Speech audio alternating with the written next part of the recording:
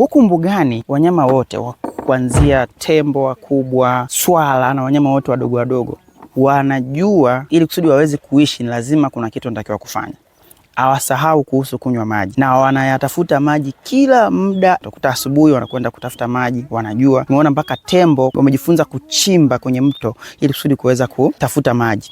Lakini tukirudi kwetu sisi, wengi wetu hatunywi maji mpaka pale mwili wako unapokuambia kabisa, mwili unatoa maumivu ya kwamba anahitaji maji. Wengine wanasubiri mpaka midomo yao inakauka ndio wanaweza kunywa maji. Sasa, je, wewe ni mmoja wapo ya watu ambao huwa hawanywi maji? Video hii inakuhusu kwa sababu nitakwenda kukufundisha njia sahihi za kukufanya wewe uweze kunywa maji kirahisi. Je, unatakiwa kunywa maji kiasi gani? Sio lita 3, sio lita 6, hautakiwi kukisia. Nitakufundisha formula rahisi kabisa ya kufanya mahesabu kirahisi kuweza kujua wewe unatakiwa kunywa maji kulingana na uzito wako, kulingana na kazi ambayo unakwenda kufanya. Kuna mwingine anakuambia maji pekee yanatosha, lakini nakwambia kwamba kuna maji pia ambayo yapo kwenye vyakula. Kwa hiyo baki mpaka mwisho, twende tukazungumze.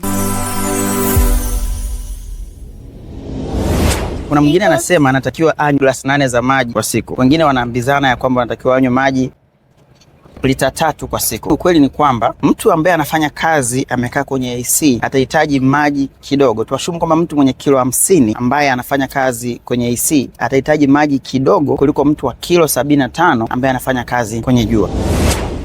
Sina kiu, kwa hivyo sihitaji maji. Hilo nao pia ni kosa. Kikawaida mwili wako mpaka usikie kiu inamaanisha kwamba umeshapitia changamoto. Na kuna wengine unakuta wanapata mpaka kichwa kinawauma na anashindwa kuona, midomo inanuka, ni kwa sababu wanasubiri mpaka wapate kiu ya maji ndio waweze kunywa.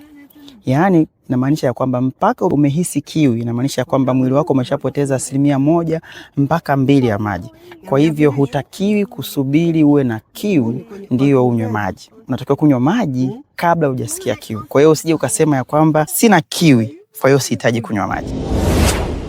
Kabla tujaelezea kwamba unahitaji kiwango gani cha maji kwa siku, unatakiwa utambue ya kwamba tunapoongelea kuhusu maji unayotakiwa kunywa kwa siku, sio tu maji ambayo inakunywa kwenye glasi. Maji ambayo yapo kwenye mimea kama vile mboga, maji ambayo yapo kwenye supu, juisi, yale pia nayo yanahusika kwenye kujumlisha ni kiwango gani cha maji unatakiwa kunywa kwa siku. Kwa hivyo hayo yote yanahusika. Na tunaposema kwamba unatakiwa kunywa maji kiasi fulani, inamaanisha kwamba unajumlisha maji hayo yote ndani ya masaa 24. Mambo brother, mambo vipi? Mko poa? Za kwenu vipi? Mbona Simba chui? Hizi hapa ni njia rahisi kabisa za kukusaidia kuweza kufanya mahesabu ya kiwango gani cha maji utatakiwa kuitumia kwa siku. Nitakufundisha njia 2. Njia ya kwanza, unachukua uzito wako ulionao alafu unagawanya kwa 30. Tufanye mahesabu kirahisi, labda kama una kilo 60, unachukua zile kilo 60 alafu unagawa kwa 30, unapata 2.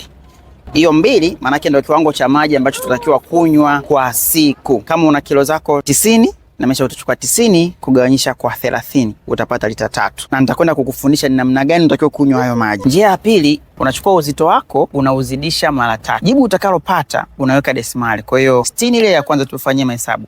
60 mara 3 unapata 180. Kwenye 180 unaweka 1.8. Yaani unaweka desimali baada ya namba ya kwanza. 180 kwa maana ya kwamba 1.8. Kwa hiyo utatakiwa kunywa maji lita 1.8 ndani ya masaa 24. Kwa maana ya kwamba lita 1, yes.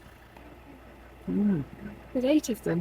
8, right? 8, yeah. Kwa maana ya kwamba lita 1 na mils 800. Almost lita 2. Na yule mtu ambaye anafanya kazi kwenye mazingira ambayo ni magumu kama hayo, anaweza kaongeza tu mils 300 mpaka 500 kulingana na uzito wake. Kwa hiyo ndio njia rahisi kabisa ya kuweza kufanya mahesabu. Lakini jitahidi isifike ya kwamba mpaka ukahisi kunywa maji ndio unywe maji.